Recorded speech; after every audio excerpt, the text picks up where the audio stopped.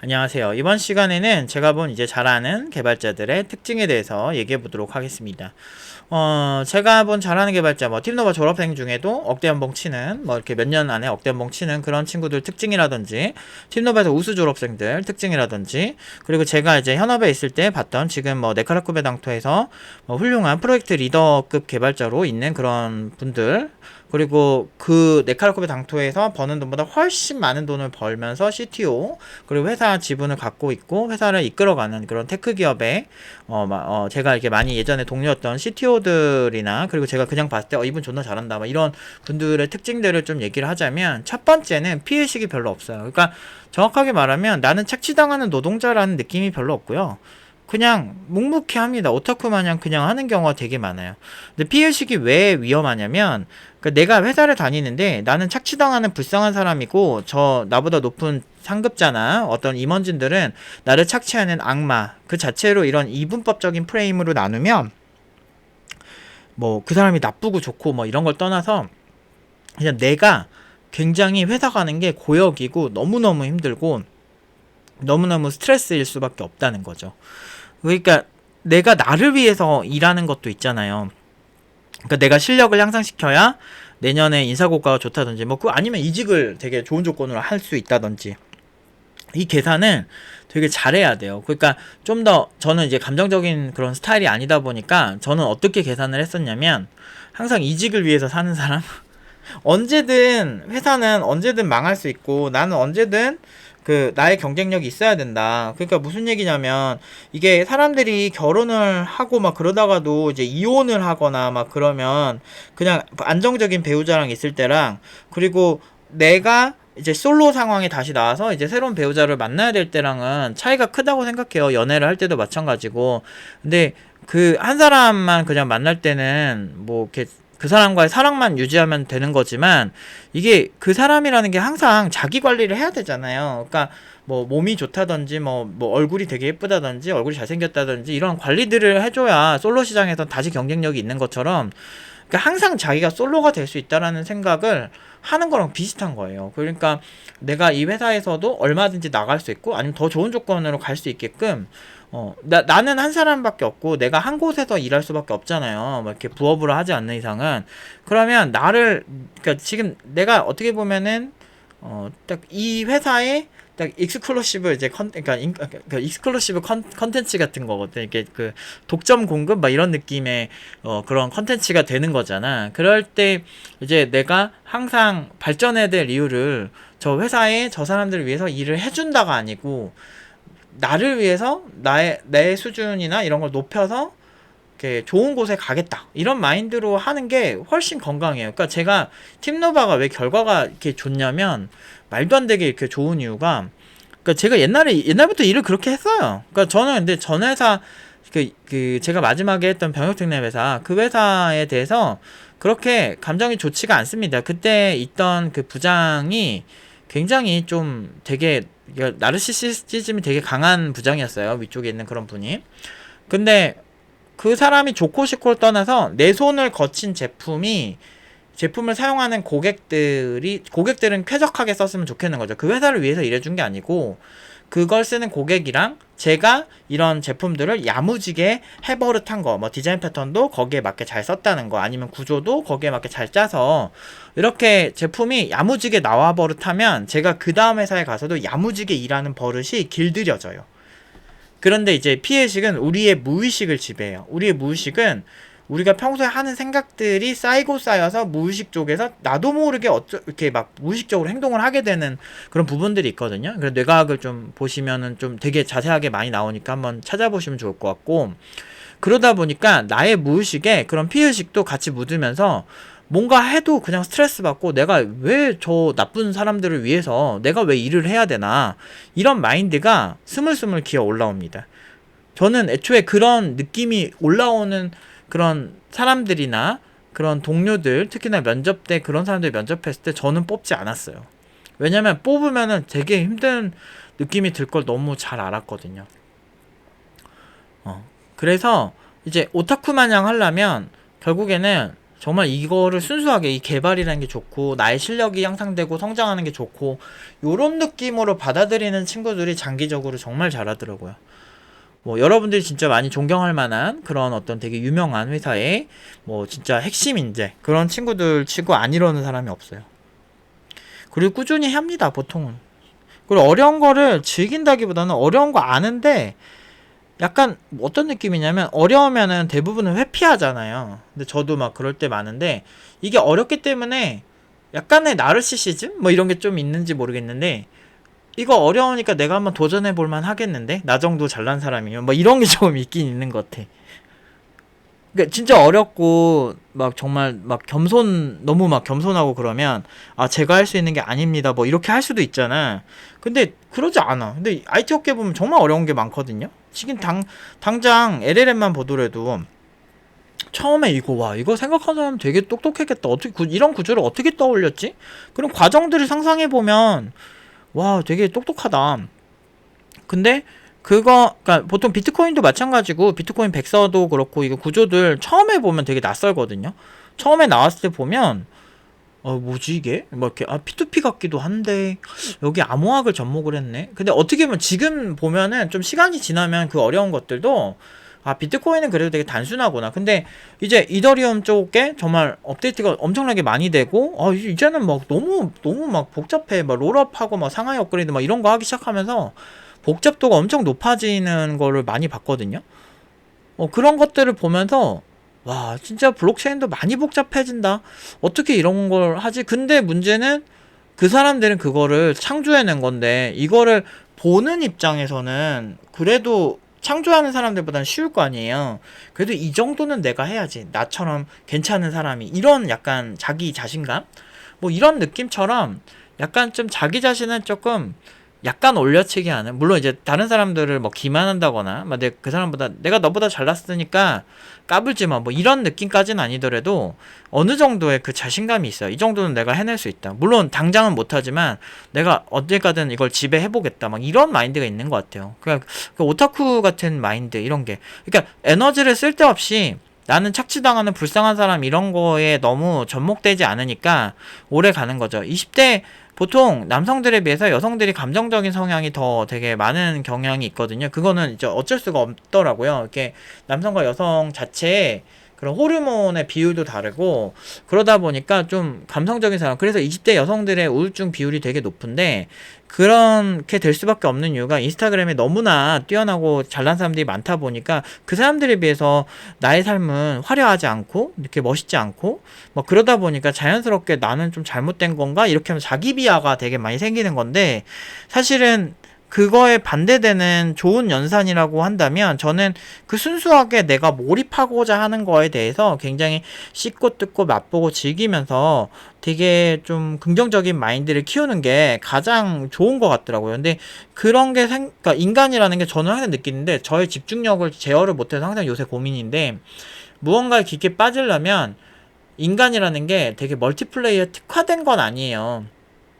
그러다 보니까 내가 약간 제한된 환경에 있는 게 되게 중요해요. 뭐 예를 들면 뭐 다이어트 캠프 뭐 이런 데 있거나 뭐 군대 같은데 내가 제한된 환경에 있다 보면 생각이 되게 많아지고 사람이 오히려 거기서 할 수 있는 그러니까 행동 반경이 약간 제한되다 보니까 오히려 그런 때 더 몰입하기 좋은 경우가 있거든요. 근데 이제 쓸데없이 이런 거를 이제 피해식 쪽으로 이제 빠지게 되면 우울해지고 굉장히 되게 더 아무것도 하기 싫어지고, 그럼 결국에는 아무것도 성취하지 못한 자기 자신이 마치 쓰레기고 문제인 것처럼 느껴지고, 그러다 보면 호르몬 체계가 고장나기 시작하면서 더 아무것도 하기 싫어지고, 그래서 그냥 쉬었음 인구가 늘어날 수밖에 없는 거죠. 그래서 뭐라도 하는 게 되게 중요하다. 그래서 꾸준히, 그러니까 잘 안 되고 진짜 너무 머리가 아프고 이런 프로세스를 찾으셨더라도 그럴 때라도 꾸준히 징징대지 않고 하는 게 제일 좋습니다. 그러니까 징징대는 거 되게 위험한 것 같아요. 그러니까 제가 예전에, 이제는 뭐 내년부터는 아예 저 혼자 이제 기초부터 모든 강의를 다 싹 다 하는 입장에서 좀 말씀을 드리면, 사실 뭐 팀장님급이나 뭐 이런 좀 높은 경력자가 있는 친구들은 괜찮은데 아예 경력이 없는 친구들 제가 채용을 해보고 느낀 게 없던 피해식도 드라마 작가들이 쓴 그 약간 그 미생에서 나오는 감성으로 너무 많이 생기더라고요. 왜냐면 이게 보편적 정서거든. 근데 이게 되게 위험한 게 이게 동류 감정이라는 게 있어요. 인간은 설득의 심리학이라는 책에도 되게 많이 나오는데 이게 동류 감정이 빠지면 사람들이 이성적인 판단을 할 수가 없어요. 근데 내가 어떤 집단에서 동료 감정을 만들어낼 것이냐라는 게 제일 되게 큰 문제거든요. 그래서 내가 지금 내 집단을 어떻게 속하게 만드냐. 그래서 피해식으로 똘똘 뭉친 일반적인 사람들의 정서에 뭐 농담 따먹기 하고 술 한잔 하면서 뭐 회식 때 얘기하기는 좋겠지. 그런데 절대 나는 그런 사람들의 미래가 그러니까 물론 이제 제가 또 이런 얘기하면은 오해하시는 분들이 있어. 소소하게 사는 사람들을 무시하지 마라. 막 이렇게 얘기하는데, 저는 그런 사람들 무시하는 게 아니에요. 그런데, 그러면은, 뭐, 소소하게 자기 만족하고 살면은, 극단적으로 얘기하자면, 노숙자들도 괜찮은 건가요? 소소하게 자기 삶에 그 급식 받으면서 만족하면서 사는 그런 삶이 뭐 좋다면, 뭐 그 사람들이 좋다면 뭐 나쁘진 않은 거겠지. 하지만 일반적으로 어떤 무언가를 제시할 때는 상대방에게 더 나은 미래? 돈이 없는 것보다 있는 게 낫고, 회사에서 인정 안 받는 것보다는 훨씬 인정받는 게 나은 거죠. 그런 어떤 좀 좋은 모델을 제시하는 게 당연한 거 아닌가요? 뭐 이런 사람들이 있더라고. 이게 상식의 문제잖아. 근데 이게 유튜브를 하다 보면은 뭐 소소하게 사는 사람들을 무시하지 마라 뭐 이런 분들이 있어. 근데 그 사람이 예전에 자기를 무시했던 사람이 저랑 좀 비슷했나 봐요. 그래가지고 저한테 막 말꼬리 잡고 막 시비를 거는 거예요. 그래서 나중에는 어차피 뭐 저는 얼굴이 공개된 사람이고 그런 사람들은 얼굴이 공개된 사람들이 아니기 때문에 어차피 논쟁해봤자 제 손해긴 한데, 근데 이제 얘기를 이렇게 잘 봤어. 그랬더니 그런 사람들이 이제 피해식이 되게 많은 것 같아요. 그래서 회사에서 일을 못한다고 많이 쪼이기를 많이 당했나봐. 상사들한테 무시당하고. 근데 그 임원진급에 꼭 저 같은 스타일이 되게 많나봐요.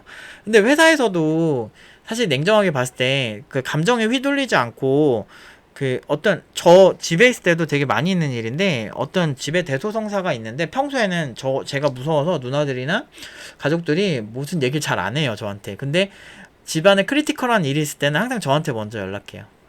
이제 큰일 있을 때 무슨 얘기인지 말을 쓰면 못 드리겠지만 그런 일들이 있을 때는 항상 그래. 그러니까 회사도 그래요. 그러니까 약간 제가 의지가 되나 봐요. 회사에서도 뭐 CTO급이 이렇게 됐을 때는 회사에서 되게 중요한 결정할 때는 저같이 되게 감정이 많이 휘둘리지 않는 사람들한테 그런 얘기를 많이 하죠. 결국에는 그들도 아는 거예요. 본질적으로 이게 높은 직급에 이렇게 사람들을 이렇게 위치를 시키려면 결국에는 논리적이고 똑똑하고 또는 감정에 많이 휘둘리지 않아서 이제 막 그때그때 막 이렇게 휩쓸리지 않는 이런 사람들을 더 선호할 수밖에 없는 게 이제 시장 경제의 아주 논리다. 근데 어떤 되게 회사에서 많이 무시당하고 이랬던 분들이 저한테 그렇게 표출해봤자 아무 의미가 없는 건데, 문제는 그런 사람들이 그런 댓글을 볼 때 저는 좀 본질을 보려고 노력을 하거든요. 이 사람이 기술적으로 말하는 건 좀 엉터리예요. 나중에 거의 막 거기까지 가더라고요. 무슨 윈도우즈 개발자는 윈도우즈에서 뭐 커널 쪽에 API도 호출하기 때문에 나중에는 윈도우즈 개발자가 무슨 윈도우즈 커널 개발자다 이런 논리까지 가시더라고요. 그때부터 진짜 할 말이 없다 이런 생각이 되게 많이 들었는데, 그렇게 따지면은 안드로이드 개발자는 리눅스 커널 개발자라고 얘기하는 거랑 또 특별히 다른 얘기는 아니거든요. 그러니까 이게 좀 이상해. 그래서 사실 논리적이지도 않고 그런데 뭔가 되게 우라가 치밀시더라고. 그래서 저는 이렇게 대꾸 안 하고 가만히 있었는데 그분이 결국엔 나중에는 막 되게 혼자 이렇게 감정이 복받치셨는지, 그래요, 나 되게 못하는 개발자고 돈도 많이 못 벌고 그런 개발자, 근데 나 같은 사람도 개발자고 무시하지 마 막 이러면서 뭐 술에 취하신 건지 막 그런 댓글을 적더라고요. 저는 진짜 별 얘기 안 했거든요.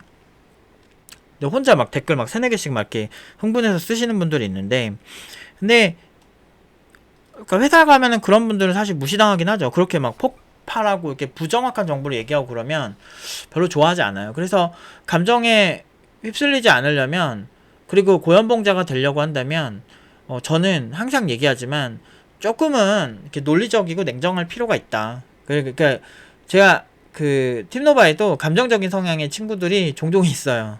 사람 자체는 되게 매력적이죠. 뭐 같이 술 한잔 하고 싶고 뭐 이런 스타일들 있잖아요. 사람들이 되게 좋아하고, 유튜브도 보면 잘 되는 분들 보면 인간적인 매력이 있어.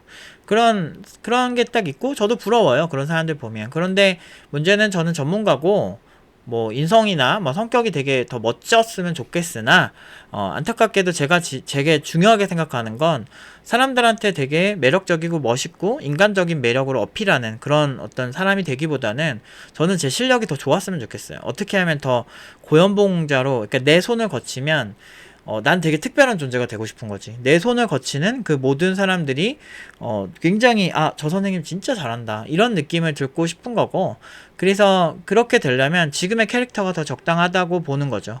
이런 부분에 있어서는 피해의식이 별로 없어요. 왜냐면 물론 그런 건 있겠지.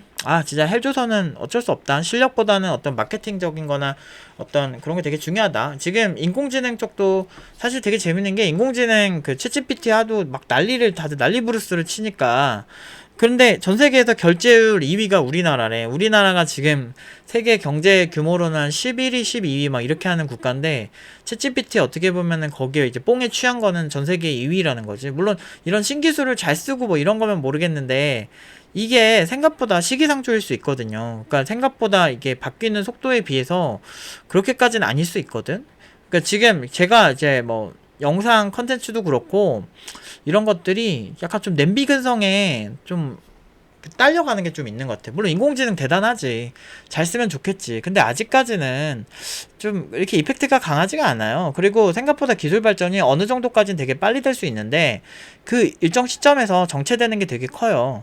그런 게 일반적이에요. 그리고 그 정체 구간을 뚫는데 또 뭐 10년, 20년 걸리고, 그 20년 뒤에, 10년, 20년 뒤에는 또 다른 형태로 갑자기 엄청나게 팍 발전하고, 뭐 요런 게 일반적이거든. 인공지능 알파고 나온 지도 이제 10년 넘었어요.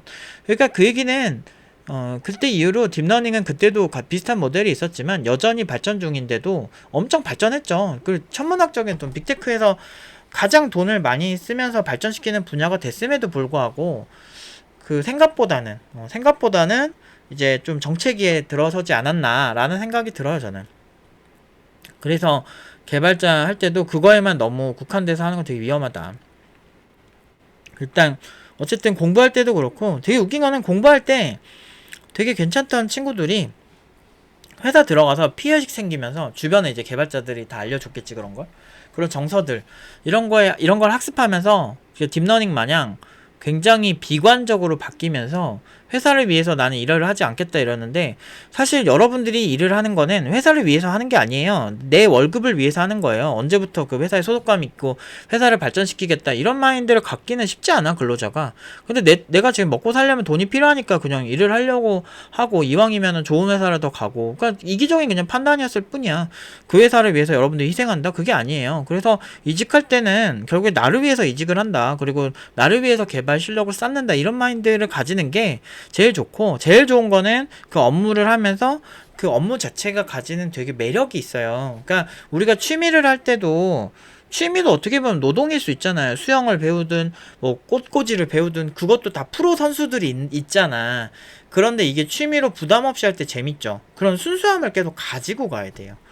물론 이제 프로가 되면 더 잘해야 된다는 압박감이 있으니까 더 스트레스일 수는 있지만, 근데 모든 강도의 차이지, 게임도 프로게이머들은 스트레스일 거예요. 그리고 가볍게 하면 게임도 재밌는데 막 10시간씩 하다 보면요 엄청 머리 아프고 계속 지면 너무 짜증나고, 이런 게 그런 거라서 우리가 아는 모든 행위들은 대부분은 다 스트레스를 유발합니다, 잘하려고 하면. 그래서 사실 업무와 내 취미가 구분이 되어지는 게 크게 의미가 있나 싶어요. 강도의 차이일 뿐 아닐까라고 생각을 항상 하거든요. 그래서 지금 어떤 그런 순수한 그 행위를 할 때 순수함, 개발도 취미로 하시는 분들 되게 재밌게 해요. 부담이 없으니까. 근데 그 순수함을 잃지는 않아야 되는 것 같고, 그리고 나를 위해서 일한다라는 생각을 잘 하시고, 그리고 그 사람의 어떤 습관은 계속 학습되어지면서 비슷한 패턴으로 습관적으로 가거든요. 그래서 앞에서 완벽하게 하던 사람이 그 다음에 완벽하게 할 확률이 높거든요. 봉준호 감독님 작품 보면 디테일이 아주 그냥 초년의 작품부터 쭉 보면 그 디테일이 계속 살아있어요. 박찬호 감독님 작품을 보면 그 복수 시리즈 되게 재밌게 봤는데, 그런 것도 보면은 박찬욱 감독님만의 그 영상미가 있어요. 그 특유의 그 영상미 디테일 뭐 이런 것들이 확실히 굉장히 매력이 있어요. 그러니까 그런 어떤 이게 습관이거든. 업무는 습관이에요. 그래서 첫 번째 회사에서 되게 못하던 사람이 갑자기 억대연봉 받으면서 디테일이 막 3-4배 좋아지고 이런 경우는 없어요. 그냥 중소기업에서도 되게 잘하던 사람들이 지금 네카라쿠베한테 프로젝트 리더로 막 있고 막 인터뷰 나오고 이런 거 옛날 뭐 10몇 년 전 동료 이런 사람들을 보면서 저는 저 사람은 저럴만 하지 이런 생각을 되게 많이 합니다. 그래서 학생들도 가르칠 때부터 느낌이 와요. 너는 되게 크게 되겠다. 너는 지금 태도도 너무 좋고 잘 되겠다 이런 생각 되게 많이 하죠. 그래서 연봉 8천으로 간 그 친구들도 그냥 되게 성실했어요. 지금 생각해보면 그 친구들이 그거 받아도 소화하겠다 싶어서 그래 한번 해봐 이렇게 저도 응원을 했던 거고, 그러니까 어쩔 수 없습니다. 이런 게 그냥 요즘처럼 뭐 쉽게 개발하는 걸 막 원하고 바이브 코딩으로 뭐 쉽게 개발한다 이러는데 저는 그런 얘기를 뭐 3년 전부터 계속 듣고 계속 뭐 그런 거를 지켜본 입장에서 이게 모래성 같은 거예요. 이게 파도가 한번 휩쓰고 지나가면 다 무너지는 그런 느낌? 그러면 실체가 남겠죠. 거기 아주 작은 정도의 이펙트밖에 없어서 저는 요즘 막 이렇게 뭔가에 그렇게 너무너무 쉽게 하고 막 그리고 집중력을 되게 우습게 보고 심지어 쇼폼이 되게 잘 되면서 사람들이 집중력이 퇴화하는 이런 시점에서 오히려 그냥 어떻게 순수한 내가 좋아하는 거를 하는 느낌으로 하는 게 가장 정답이 아닐까. 물론 어렵습니다. 개발은 그렇게 처음부터 취미로 재밌게 할 수 있는 건 아니에요. 뭐 그런 입장에서 취미로 재밌게 할 때 바이브 코딩을 활용을 하는 것까지는 좋은데 결국엔 바이브 코딩으로 짠 코드가 어떻게 돌아가는지 내 눈으로 봐야 돼요. 그래서 기술 원리도 알아야 되고 전반적인 이해가 있는 상태에서 바이브 코딩을 하면서 흥미롭게 뭐 그렇게 하신다면 뭐 응원할 수 있겠으나, 근데 바이브 코딩만을 한다든지 그런 걸로 이제 프로 개발자가 되겠다, 정말 위험할 수 있습니다. 그리고 지금 그 어마어마한 실력을 가진 개발자들은 대부분은 그런 어떤 나 혼자만이 깊게 빠져서 몰입하는 그런 시간들이 다 있다 라는 게 오늘의 결론입니다. 그래서 좀 잘하고 싶으시면 그냥 클래식하게 공부하세요. 제가 예전에 뭐 네카라쿠베당토 막 그 이슈도 그랬었고, 네카라쿠베당토 막 코딩 테스트 막 전용 신입 개발자 막 그것만 전문적으로 하는 교육기관도 있었고, 막 그런 거 하는 거 모두 네카라쿠베당토 막 그거 해서 가자 막 이렇게 하는 거, 제가 그런 거 할 때 위험하다 얘기했는데 그때 욕 엄청 먹었잖아요. 근데 욕 엄청 먹었는데 누가 맞았죠? 지금 제가 맞았죠. 그러니까 다들 막 쉽게 하려는 게 너무 많아졌어. 오히려 그래서 경쟁은 쉬워요. 그래서 제가 틴노바 졸업생들한테 야 너네들은 오히려 잘 됐다, 오히려 되게 클래식하게 단단하게 공부를 해놔서 오히려 훨씬 더 유리하고 구직이 더 쉬울 거야 라고 얘기를 많이 했습니다. 물론 구직 자체는 워낙 어렵지만 예전에 비해서 좀 더 좋은 조건으로 가기 쉬워졌다 이런 얘기를 하는 겁니다. 오늘은 여기까지 하도록 하겠습니다.